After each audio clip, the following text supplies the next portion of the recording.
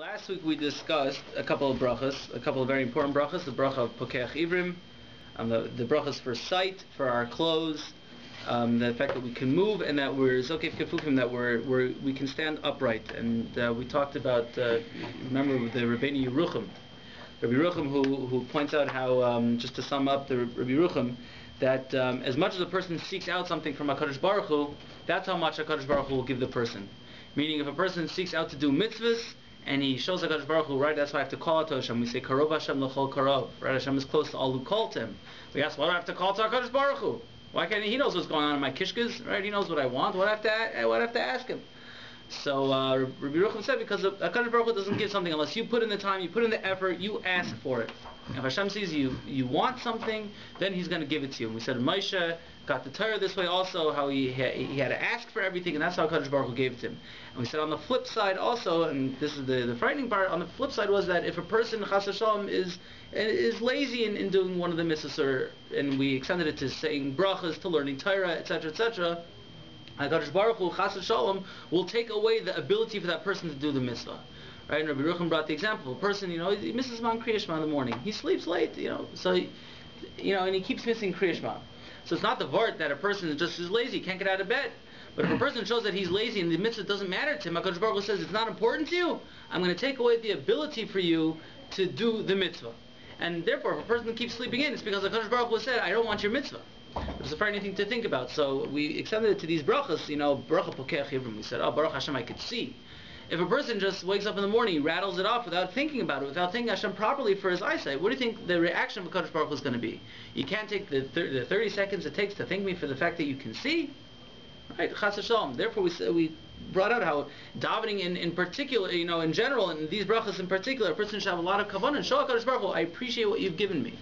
I appreciate what you give me, and I want it, and I keep wanting it, and I want more Torah, I want more mitzvah. HaKadosh Baruch Hu will say, oh, you want it, I see you want it, that's your true desire, I'll give you the ability to be able to see, to learn Torah, to do mitzvahs. Okay, so tonight we're going to start with the bracha of Brachas Ha'aretz Alamayim, and if you please take a look at the question sheets on page 2, we'll just view the questions that we'll deal with tonight. So the bracha of Brachas Ha'aretz Alamayim, who spreads out the earth upon the waters, it's question 14. What are we adding when we say that He spreads out the earth upon the waters?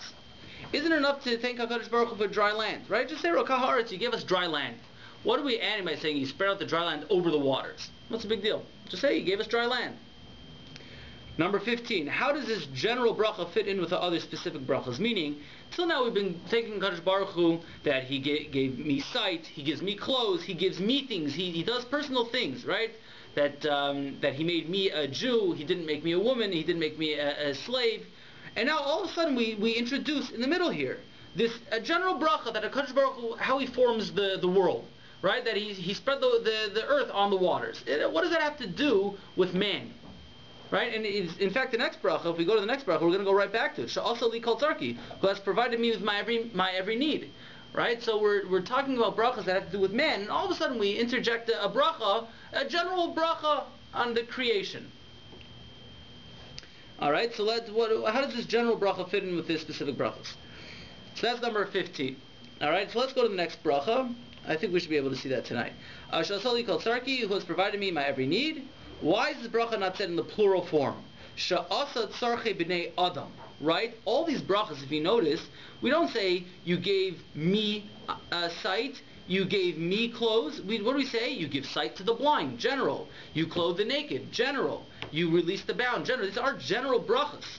And all of a sudden we come along and we say that a bracha specifically, Sha'asa, that you gave me all my needs. Why don't you say that? You gave everybody all their needs.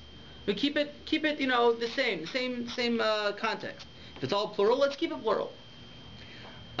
Question 17. The Shulchan Aruch states, when putting on shoes, one should recite this bracha of Sha'asa li kol tzarki.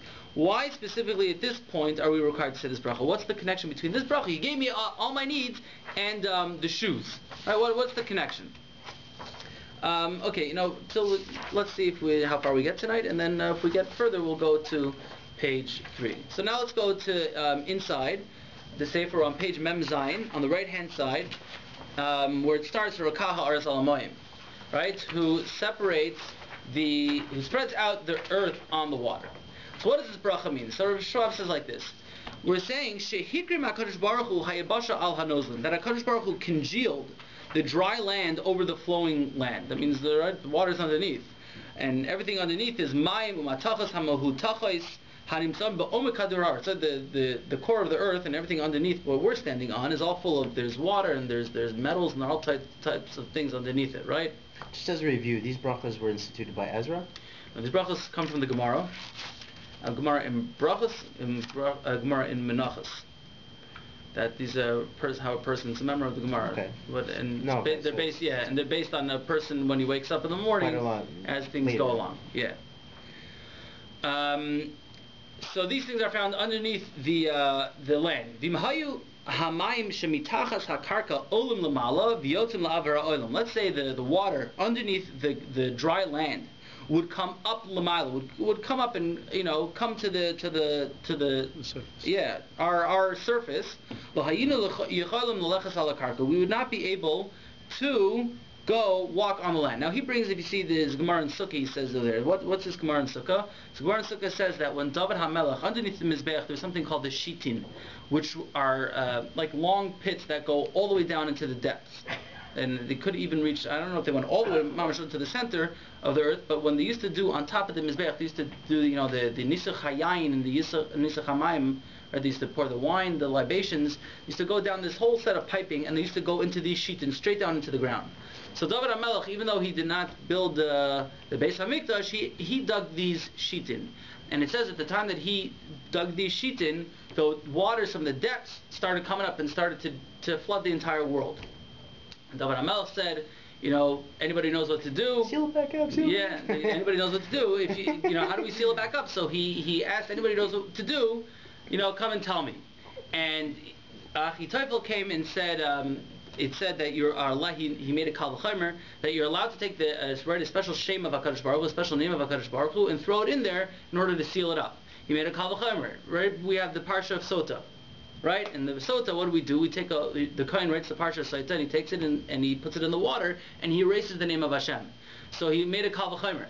If to bring shalom, peace between man and his wife, HaKadosh Baruch Hu says, let my name be erased, to bring shalom for the entire world, kal v'chomer, surely, to stop this flood, HaKadosh Baruch Hu would allow his name to be erased.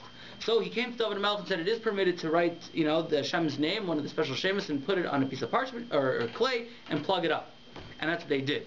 And the water started to recede very much, until David HaMelech said, wait a second, they're going to go too far down, the top layer is going to get all dried out. All the water is going to go back down. So David HaMelech said that we have 15 Shir Hamalas in Tehillim. There are 15 kapitulach of Shir Hamalas. David HaMelech said them, and they came back up until 1,000 amas into the ground. So that's what he means by saying over here, the water coming up, and that's what's going to happen. It's going to drown the entire world. I think of the Mabul. What hits my mind when I think about this, with the great bracha Brachas Salamayim, is a couple of years ago, if anybody saw the pictures of what happened in New Orleans after Katrina hit, right? And you see what it means when you have a city which is underwater. Like there's no highways, there's no anything. I just remember seeing it was a big stadium that everybody was inside, the big football stadium, football arena, and around it was just covered in water. And we don't appreciate that we can go outside and we can step on dry land, right? That the waters, HaKadosh Baruch Hu says to the water that comes to the beach, you stop. That's it. You can't go further. Right? When the tsunami hit, what happened? The water just came and took everything away, just drowned everything out. And Baruch Hashem, on a daily basis, that doesn't happen. And we're able to walk, right? Lake Ontario doesn't go over, and then the Atlantic and Pacific don't drown us. Right? HaKadosh Baruch Hu made gevulim. He made boundaries, and everything underneath, and everything stays where it's supposed to stay. And we have to appreciate this, that everything underneath doesn't come up. And he also says, like we were saying, this bracha also encompasses which he puts in parentheses terra firma, that we're able to put our feet down on terra firma, right, on solid ground, and we're able to stand upright. Right, this is something we totally take for granted. Right, we don't think water come and drown us out, and we can't stand. We don't even appreciate this. I think to an extent, right, because there's no water around here. Where's our water? So from a scientific point of view, land is formed by lava that I believe is cooled down by water. Right. So from a scientific point of view, this is actually this bracha is really according to what happens in nature. Right. He says afterwards. He said anybody who's ever been near an earthquake or has been in an earthquake knows you're just so unsteady. There's no, you go crazy. You don't know where to stand. You don't know where to be because everything's moving. Or he says, let's say, forget that you haven't been in an earthquake, fine, but you've been in an airplane before, right? Oh. You've been in an airplane, and even if you're not scared of heights, your feet are not on the ground. You just want the plane to touch down, so you can just stand on like you said, on firm ground. So he's talking about this in a literal sense, really. Yeah. He's talking to two things here. There's number one, like what happened in the Mabul. The Mabul, the rain, and all the waters in the depths shot up. And that's what happened in this Gemara in Sukkah. The water from the depths in the earth shot up and flooded everything. So, Rokah Haaretz that you spread out dry land over that and covered it, and that water doesn't shoot up. That's A. B is that the waters that are already above, on equal, let's say equal ground, I guess, with the beaches and everything else, they don't come over. They have a rule. They have a boundary, and we every day walk out, and we're not flooded away. The sewers. Let's say the sewers backing up. Ever see what? Sometimes it's rained really bad over here. I remember 2 years ago, whatever. Rained really bad over here on the corner, and we couldn't even drive your car through. It was over the speed bumps and everything else. Your car couldn't go. Cars got stuck there. That's it. They couldn't. The wheels weren't. They couldn't move. Right? If HaKadosh Baruch Hu brings water over dry land, we can't function. Right? It's not geschmack to swim in even. You can't function like that. And every day, Baruch Hashem, we're able to put our feet down on firm ground. Baruch Hashem, I can walk on, as he calls it, terra firma.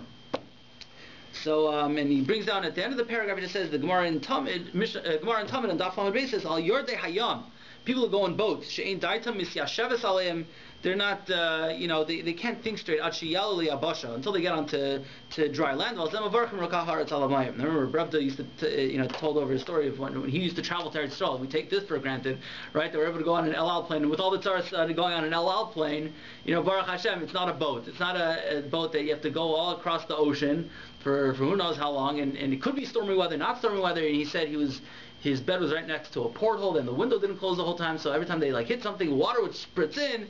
And he said, you don't eat, you don't want to do anything because you just feel like you're going to, vomit your kishkas out. That's what he said. So, and he said when he first, was going to Eretz Yisrael and he saw the mountains, the land, and he saw the sun, coming over the horizon, he said a hallel like he never said before because, you want to just step on ground. And we have to thank HaKadosh Baruch Hu that we're not drowned. We can step on dry land. So it's a big bracha. So that's the bracha of Rokah Haaretz Alamayim. Okay, let's go to the next bracha. Kishano min olav, when a person ties up his shoes, Yivarech sha'asa li kol tzarki, that you have provided me with my every need. And that's the lashon of the Shulchan Aruch. V'hainu, this is sheni'ilas hamin alayim. Why do we say at this point with the shoes, right, that we asked? Because when you tie your shoes, hi ha'pu'ula ha'achroina l'seder hakim baboker. This is the last step in the process of getting up in the morning, right? You put a malbish room, you got yourself dressed, right? Everything's on, and now you're putting on your shoes. The shoes is like the last part in the whole getting dressed and getting up in the morning. Umadil HaKadosh Baruch Hu, I know you're going to ask me about the belt. Okay, fine, we'll get to the belt. It looks like you're going to ask me about the belt anyway. Right, later on we say, Ozeri Yisrael B'Gvura. I just always look confused. Right, okay. Ozeri Yisrael B'Gvura, we talk about the belt, but we'll see what that means. Anyways, so, Umad HaKadosh Baruch Hu, what do we give thanks to HaKadosh Baruch Hu? Shehizmin lo kol tzarech ha'levisha. At this point, right, when a person has everything all together, right, you have all your clothes on, and now you think, right, we said a bracha of Malbish Harum when you put it on, but now that everything's all together, I said it's Dormino on Pesach. We say Dayenu, right? So we say Dayenu, and we go every step of the way. If HaKadosh Baruch Hu would have done this and not done this, Dayenu. If he would have done this, right, we go every step of the way. After Dayenu, we have a paragraph. Alachas kama v'kama tev v'chulu muchpelas l'makom aleinu. And then he split the sea and he brought us, and we repeat everything. It's Dayenu. Right? So wait a second. We just said Dayenu. What are we repeating it for? So there are two types of haidah a person can give. You give one for every step of the way, but then when you put the whole picture together, and you see everything in its totality, then you can thank HaKadosh Baruch Hu.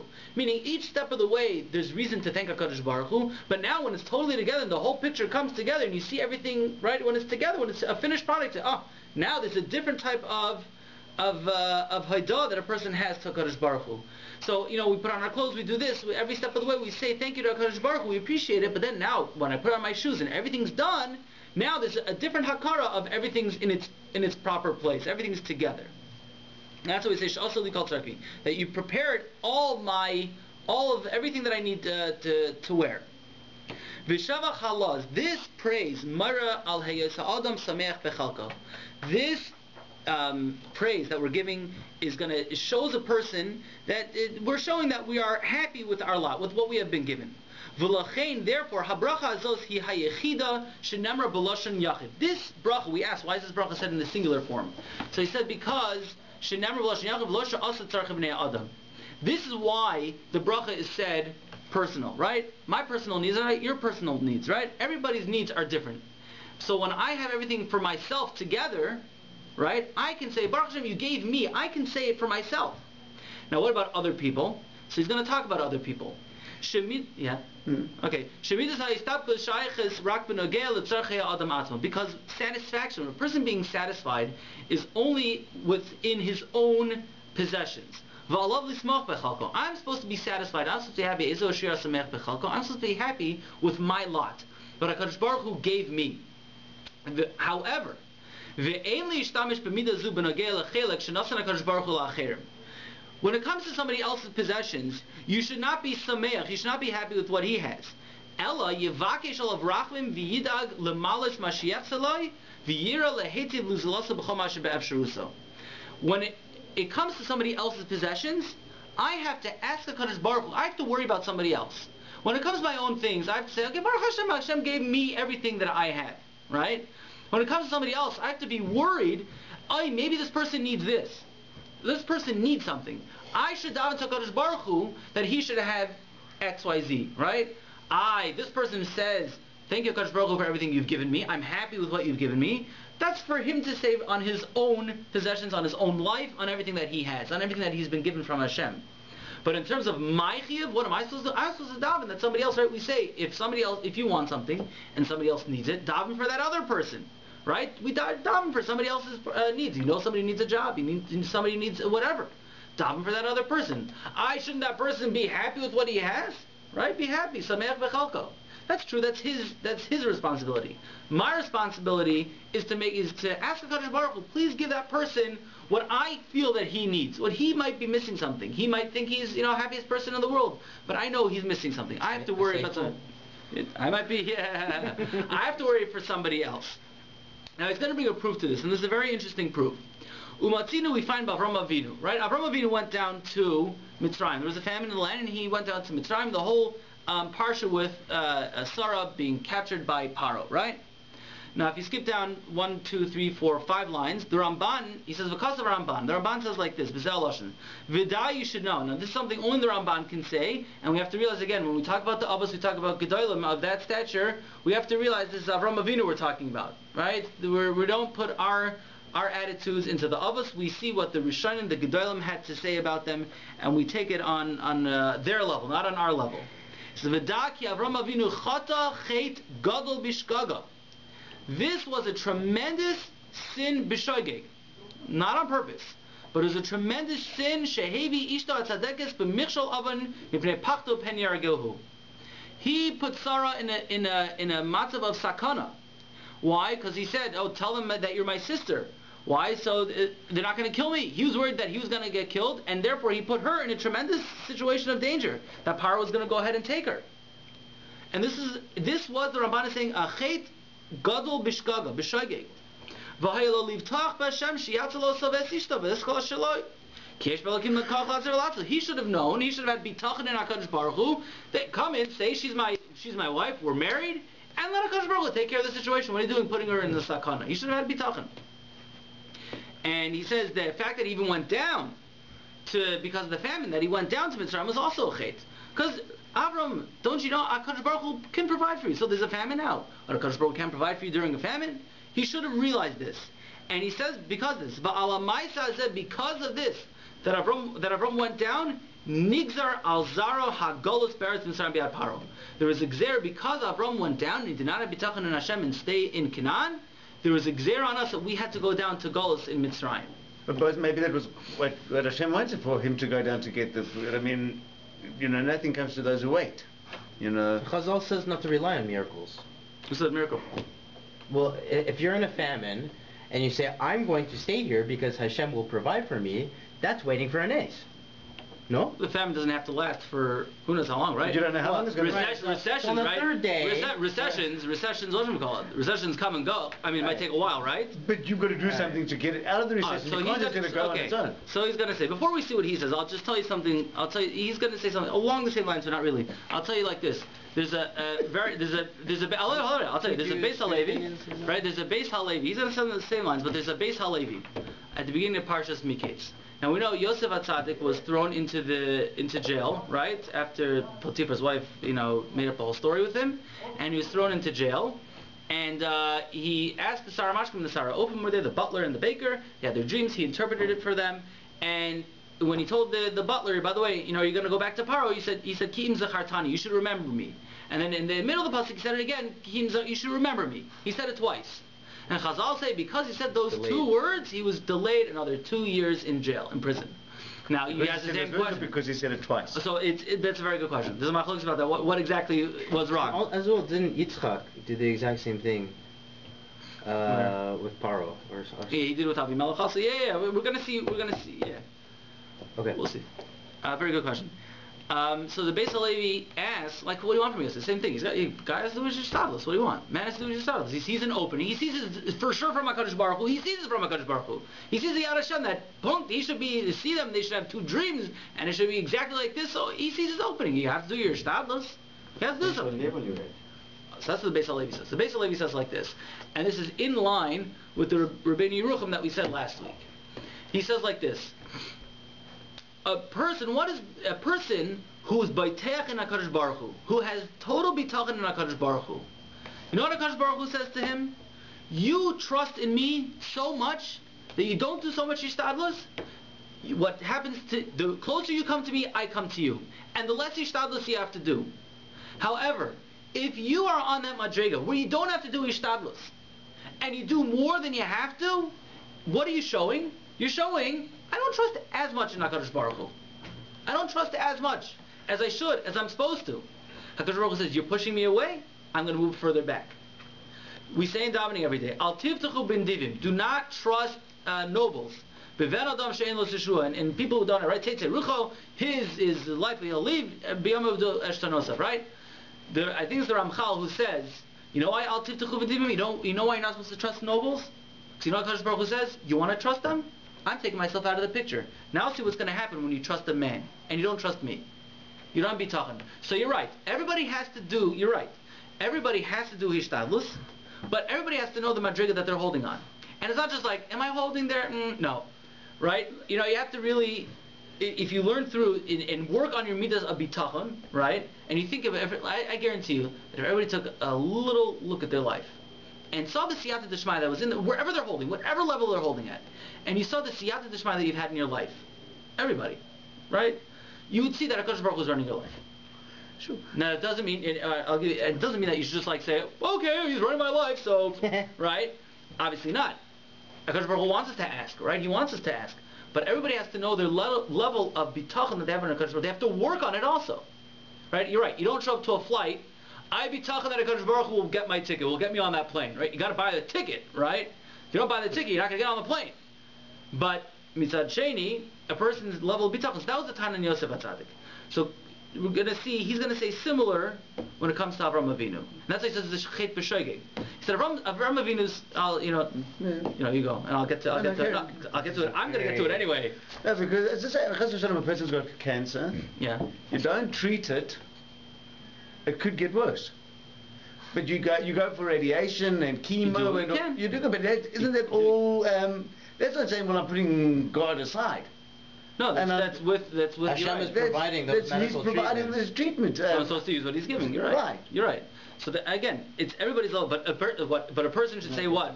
Oh, yeah. But a person at such a high level wouldn't have to do that. Okay, he's at such a high level that Hashem will heal him without that. Will heal him. Everybody. We're talking about now. Remember, we're talking about Yosef, right?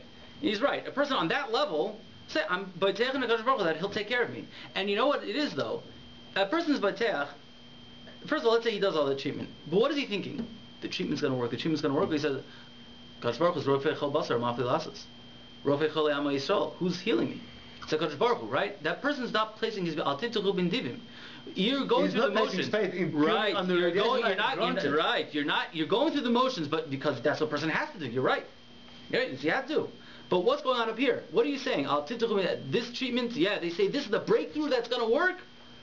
Or a person saying, Akash Baruch Hu, there's a tefillah, I don't know by heart, but the person's supposed to say when taking medicine.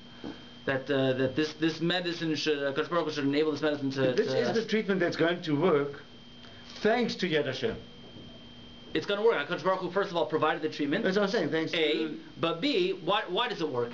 Why do these things work? Well, this is the proper attitude a Jew should take, right? But if you take a Gentile, right, they just take it, and it's like a flip of a coin, It either works or it doesn't work. Okay. Well, our job and sometimes it works. Right. Our job is to rise above that. And you know what? Sometimes, not always. Unfortunately, as we see, these things don't work. But does that mean, again? I don't know if we ever talked about this, but some people say, "Why I daven to Hashem that this and this should happen, and it doesn't happen." And why should I daven for this violin and it doesn't happen? He doesn't like me. So that's the answer. I mean, that's the answer that sits well with me, right? You go to your father, or your kid comes to you, Dad, I want to go, like 10-year-old, I want to go drive the car. No. You're so mean, right? I'm not mean, right? I'm not mean, right? I care so much about you that I'm going to say no at certain points. Now, the kid doesn't understand, but why? But everybody else's father lets him do it, right? Okay, fine, but I know better, right? Every father knows what's best for their son. HaKadosh Baruch Hu is our father, and he knows what's best for every single one of us. So, a father has a right. No is also an answer. We have to realize that. No is an answer.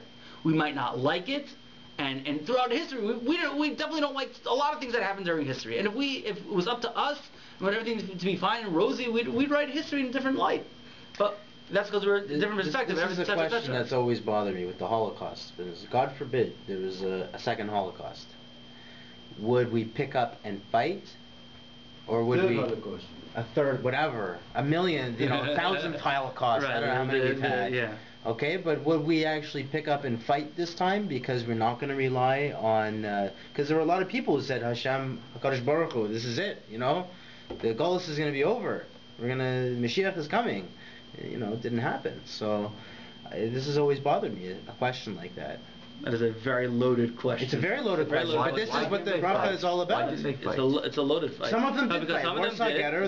Some did fight. It was a big machlokes. I don't know all the historical and all the opinions, but it definitely was a machlokes whether Klai Yisrael has. What is Hashem telling us to do in this case? Have bitachon, but pick up and fight for your life. When the time comes, God forbid. That's right. What do we do in all situations? We'll be daven. And we look to our Gedolim. We look to the people who transmit the Messiah, who transmit the Torah, who teach us what to do right and wrong whenever we have any shaila in any area of anything. Person has a shaila, should I take somebody off life support, Rachman al-Lisman? Should I do this treatment? Should I do that treatment? How do I run my parnasa? How do I run my life? We go to who? The transmitters of Torah, who will tell us, and trust me, when any situation comes up, they'll be telling, and everybody, my rabbi told me this, and my gadol told me this, and I go, you follow your das Torah. That's the Indian das Torah. You follow your das Torah. Yeah, there was a machlokes whether I think it's the Warsaw, which ghetto? Yeah, the Warsaw Uprising. It wasn't. I don't think everybody agreed to that. I think it was. I don't think everybody was agreeing to that. Some people had the shita that Klai Yisrael is la tavach yuval. That is our lot in life. We go like sheep to the slaughter. Nachinami. Not saying it's a machlokes. Yeah, it's a rough call.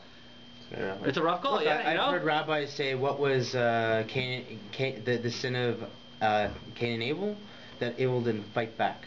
Mm-hmm. He didn't kill his aggressor. I've heard that. So a rabbi said that. So I mean, what am I supposed to take from that? Look, I'll tell you this. He's a rav. If it satisfies you, fine. If it doesn't satisfy you, you do what you do best. You do what you do best. You go and you ask him. Right? You go ask him questions. You don't leave him alone until you get something that satisfies you, right? You can always go to the gun shop tomorrow. Canada, you can't defend yourself. You're not allowed to. So I'm saying though, that you're right. When something like that happens, we do what we always do. We go to the top. We find out. But and it's a very loaded question. But in terms of area of bitachon and ishtadlus, everybody also has to, look. These are shalas people. That's why it's very important for a person to have a rav. to have somebody they can go to, they can ask a Shiloh, what do I do in this situation? I have two things in front of me. This is because I've always been in contact, you know my life situation, right? You're competent. Yeah, I'm talking about a competent halachic authority. You know my situation, and you've dealt with these shilas before, right? So you know things about it, right? What do I do? Or not what do I do? I shouldn't say that. How do I handle it? What do you think? I don't think most Rabbanim will tell you do this, but I know at least my Rabbanim, they'll make it much harder for me. They'll give me both sides of the coin. They'll tell me, yeah, this is what this. It's up to you. You make the call. But at the end of the day, everything's decided in heaven except the fear of God. 100%. So what am I supposed to do? Just sit here like this? No. It's going to be decided. Like you still have to look both ways before you cross the street. Yeah. You're right. You know, if I'm supposed to, if it's decided I'm supposed to get hit by a bus, I'll get hit by a bus, right? Okay. Yeah. You know, we don't work that way. So these are like great shilas in Hishtadlus and Bitachon that we live with every day. No, but the point is that whether you pick up a gun or not, it's not going to make any difference. It's how you're thinking when the situation. Oh, that's what you mean. Yeah. Oh, okay. I'm sorry. I misunderstood. Really makes no difference. Yeah, I misunderstood you. One Jewish soldier could chase 1,000 enemies away. What he's saying is, but let's say it's the wrong move. You think it's the right move, but you know what? Akadosh Baruch was like, you could pick up a gun, but a guy could. And that's it. Whether you holding your whole gear there, all it takes is one Rahman one mine, and that's it. You know what I'm saying? Like that's what he's saying. That everything's in he's right. Everything is, but you know that's why I said it. Times like that, you gotta. It's a shiloh. It's a shiloh. But what's for this right over here is the Ramban is saying that for whatever reason it was a midah of, and he's gonna Rabbi Shaul is gonna explain this. So yeah, what do you mean he's gonna do? Man has to do Hishtadlus. What do you want? So let's go. But that's a doozy, huh? That's a doozy. And okay, so he's got a question. If Avram Avinu, if you remember, he called this chat. He said Avram Avinu chat a chet gadol bishkaga. So he said if it was a chet gadol, this was a great sin that he went down. So why is it only b'shoigig? What's it mean b'shoigig? So. Right? Okay, so if he should have been Beiteach and HaKadosh, he should have trusted in HaKadosh Baruch Hu, and he didn't. It's not a shagig, that's amazing. Right? You should have trusted in HaKadosh Baruch Hu and he didn't, right? That's amazing, it's not a shagig. So what's going on? So, okay, so now I say it outside because I don't want to run through it. He says like this, that the Ibn Ezra explains the pasuk, says, Vayihi kasher hikrev Avram lavam Mitzrayim. It was when Avram got close, the translated got close. But hikrev means he brought something close. Hikriv means to bring close. It doesn't mean that to come close. That's how it's translated in the pasuk. But hikriv means, and the pasuk doesn't tell you what he brought close, right? So he said like this. He's talking about everybody else with him in his camp. He not only went down with him in Sarai, right? They went down with everybody. Esanaf, also Bukhari. He went down with everybody. Why? Because he was worried that everybody else would get hurt in the famine. Now he should have had bitachon in HaKadosh Baruch Hu that he would save him. But Avram Avinu thought, I can only worry about my cheshbon. I have everybody else in my camp to worry about. How can I be Baiteach on their cheshbon? So because of his camp, that's why he went down to Mitzrayim. Right? Okay, fine. So it's a good cheshbon, right? As we're saying now. Right? On somebody else's cheshbon, I have to worry. My own cheshbon, I can say, hey, I'm Sameach Bechelki. I'm happy with my portion. I'm happy with my lot. But somebody else I have to worry about. So that's why he went down. So if that's true, it's a good cheshbon, then why is it an Avera? So he said because Avram Avinu should have realized that he was a great tzaddik. And he should have realized because of the fact that he was around and he was a tzaddik, his zechus as a tzaddik would have protected everybody else. So you're right. Alta's own midah bitachon, he should have been bateach. He should have trusted HaKadosh Baruch Hu that nothing would happen. Now, Alta everybody else about his camp, he should have realized that because of his great tzidkis, Hashem would have protected them also. He should not have worried about everybody. He should not have thought. I mean, obviously the reason he didn't was because of his great anivus. He was a very humble person, and he didn't think, he kept saying to HaKadosh Baruch Hu, Vanochi Afar Va'efer, I'm dust and ash, I'm nothing. That's how he viewed himself. That's all the great Gedolim view themselves as nothing. So because of his anivus, he didn't think, my schus isn't great enough to protect everybody else. It wasn't a great chait. So it's a chait in the lack of bitachon, but it's only b'shoigeg. It's like it is in terms of bitachon, right? He should have had bitachon that HaKadosh Baruch Hu, but it's only b'shoigeg because it came out of his deep sense of. Yaakov Avinu this was the reason why they went down to Mitzrayim. So, but he says because of that. So because of that, That's why we had to go down to Golos, because he went down and it was not necessary. Is it Yaakov was worried that the Kanani would be jealous because they had That's enough, what he told enough them provisions no, for but he stayed in Mitzrayim. That's what he told them to go down. Yeah, he had other cheshbonos. Right? A person, as I said, a gadol has to make these. He was a gadol there. He's got to make these decisions. You know, like he has to know exactly what's going on. That's why it was a chet gadol, but it was only b'shogeg. But the point he wants to bring out from there is that, what do you see? Avram Avinu, what was his attitude? Myself I have to worry about. I don't have to worry about, right? Myself, I say, Sha'asali called Tzarki. He gave everything to me. I'm samechin with my own portion. I'm happy. When it comes to somebody else, I have to worry about somebody else. That was Avram Avinu's cheshbon. It was the right cheshbon, except for the fact that he was a tzaddik who would protect everybody else. And that's why I say, Sha'asali called Tzarki. My needs are not. Your needs, everybody's needs are personal, and whatever HaKadosh Baruch Hu is giving me, I can say, Baruch Hashem, I have it. But when it comes to you, if I feel that you need something, I gotta shivchi kamayim libech nechach p'nei I gotta pour out my guts. You keep praying. HaKadosh Baruch Hu. Okay, so I think this is a good place to stop. And Mishram, next week we will continue. Tasher Hichim Tzaddik Apr.